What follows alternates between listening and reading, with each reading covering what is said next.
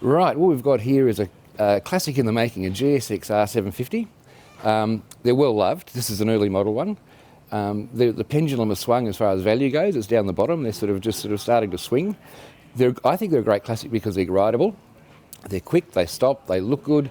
You can get bits for them, and they're not super expensive to buy. Some bikes have just got off the Richter scale, but these things are excellent value. This is on the market. I think you'd buy this for, as it sits, for $6,000. If you need a rego, probably $7,000. So it depends on how you want it, but if you just want to stick it in the shed, $6,000 to buy that bike.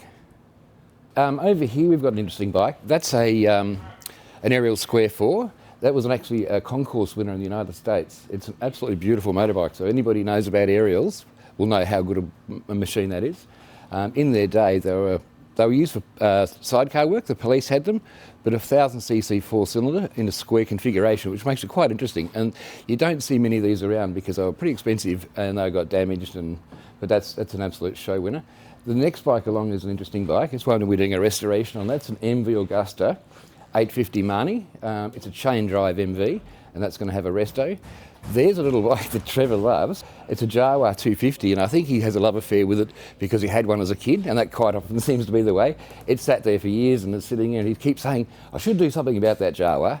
And you can get all the bits for them. The Eastern Bloc countries, they're everywhere, and so you can get anything you want for them. That's the bike that Wayne Garnder and Andrew Johnson won the Castrol 6-hour on. It belongs to a mate of ours. It's a CB 1100 RB, and it was specifically built by Honda to win the Castrol 6-hour race. They were that impressed with what happened over here with the sales and whatnot. They built that particular motorcycle. The tank's been signed, the helmet's been signed. We've got the World Championship thing up signed by Garnder, little Gardener corner, I guess. But yeah, it's a great bike. And just over here, we've got a lovely old Mark II A850 Commando, which has been modified slightly, but it's been done in such a fashion to make it as it was, the clip-on bars and things, which was quite period correct. That's worth around probably $20,000 these days. Right-hand change, kickstart, but a real cafe racer, like in the true sense of the word. She's a beauty.